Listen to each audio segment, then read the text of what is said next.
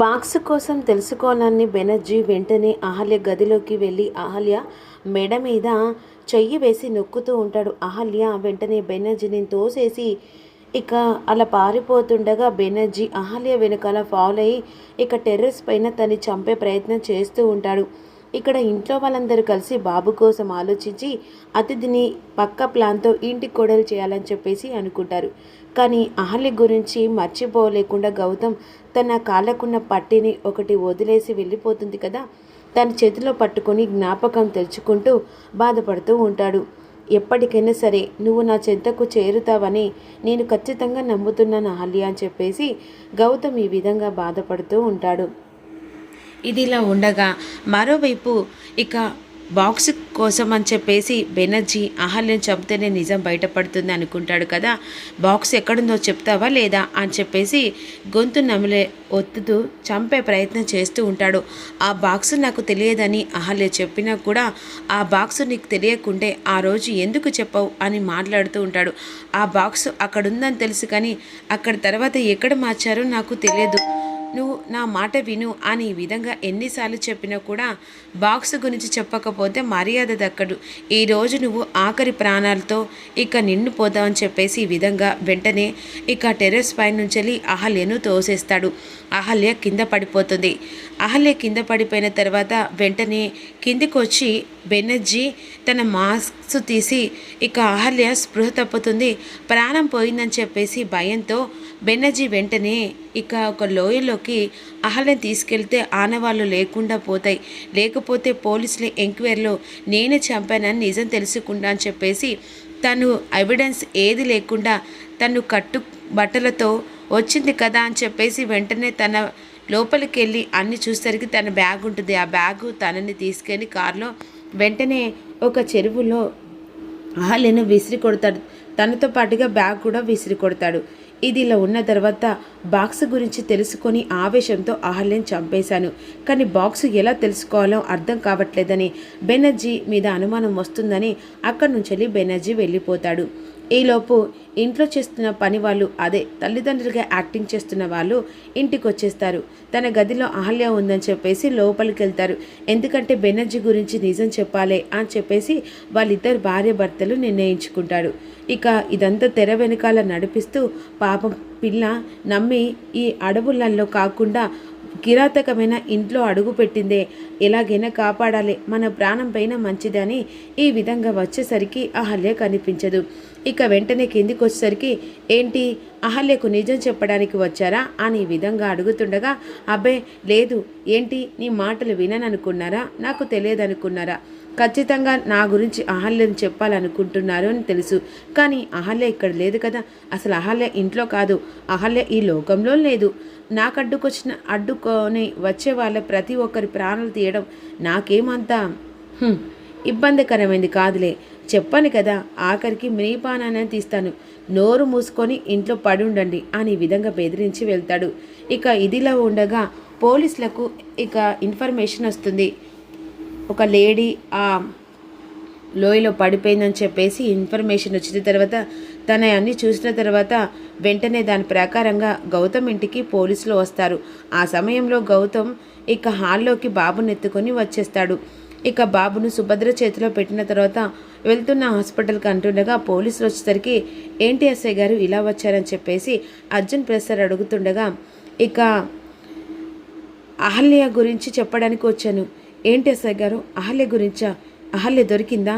లేదండి, dead body దొరికింది ఒక లోయలో, ఇక తన ఆనవాళ్ళ కనిపించకుండా, తన మొహం కనిపించకుండా డెడ్ బాడీ దొరికింది. అసలు నా భార్య చనిపోయిందని మీరు అలా కన్ఫర్మ్ చేస్తారు?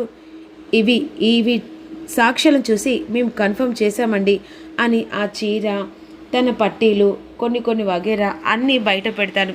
అవి చూసి గౌతమ్ ఒక్కసారిగా భయపడతాడు. అసలు ఇవి ఎక్కడ దొరికాయండి? నా కోడలు చనిపోవడం ఏంటి? నా కోడలు పిరికిది కాదు అని విధంగా అర్జున్ ప్రసాద్ అంటూ ఉంటాడు. ఇవి ఖచ్చితంగా మీరు పొరపాటు పడ్డట్టున్నారు. లేదండి, వీటితో పాటుగా శవం కూడా దొరికింది. తన మొహం అంతా కుళ్ళిపోయింది.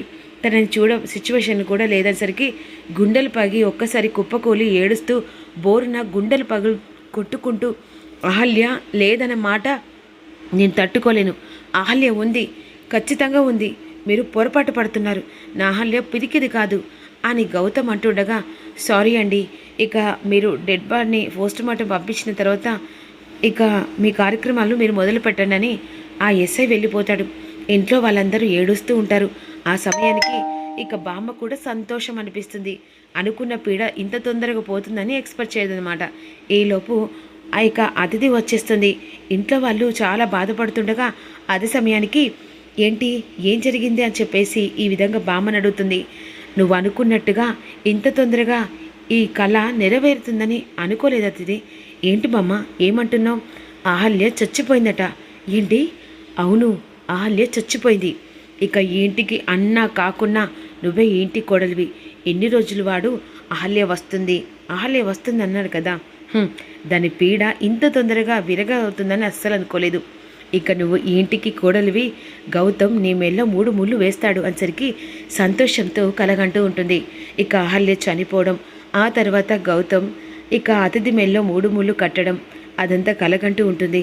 నువ్వు ఇలా చెప్తుంటే నిజంగానే నా కల్లో గౌతమ్ 3 ముళ్ళు వేస్తున్నట్టు కలొస్తుంది బామ్మ.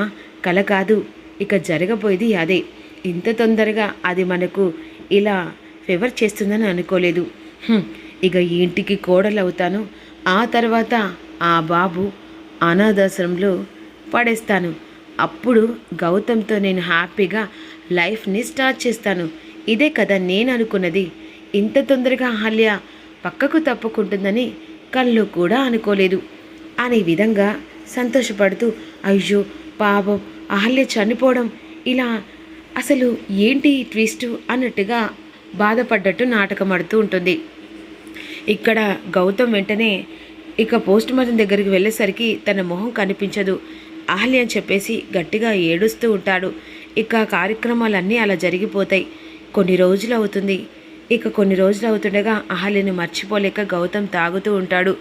ఇక గౌతమ్ ఇలా తాగుతుండగా ఇక అర్జున్ ప్రసాద్ సుభద్ర, అసలు వీడు రోజు రోజుకి మన చేయి జారిపోతాడేమో భయంగా ఉందండి. వానికి ఎలాగైనా నచ్చ చెప్పి మళ్ళీ పెళ్లి చేస్తేనే గౌతమ్కి అహల్య మర్చిపోయే ఛాన్స్ ఉంటుంది. ఇప్పుడు ఎలా సుభద్ర? వాడు అంత బాధలో అహల్యని మర్చిపోలేకుండా ఉన్న పరిస్థితులలో ఈ పెళ్లి ప్రస్తావన తెస్తే బాగోదు. ఇలా ఉంటూ అంటే వాడు మనకు ఇంకా దూరం అవుతాడ్రా అనే విధంగా భానుమతి అంటూ ఉంటుంది. ఇక అలా డ్రింక్ చేస్తూనే ఉంటాడు. అహల్య, నువ్వు లేని జీవితం నాకద్దు. నువ్వు ఖచ్చితంగా నువ్వు నా పక్కన రావాలి. నువ్వు లేదన్న మాట వింటుంటే నా కొడుకు నా బ్రతుకు ఏమవుతుంది? నేను కూడా నీ దగ్గరికి వస్తాను అహల్య. వద్దు అహల్య, నీతో పాటుగానే నా చావు మరణం బ్రతుకు అన్నీ నీతో పాటుగానే. ఎప్పుడైతే అనుకోకుండా నువ్వు నా జీవితంలో అడుగు పెట్టావో అప్పుడే నా ప్రాణం కంటే ఎక్కువ ప్రేమించాను. అలాంటి భార్య లేకుండా అంటే వద్దు, అసలు అహల్య నాకు కావాలని గట్టిగా అరుస్తూ ఉంటాడు. మరి అహల్య నిజంగా ఉంటుందా, బ్రతుకుతుందా లేదనేది అప్పుడు తెలుసుకుందాం.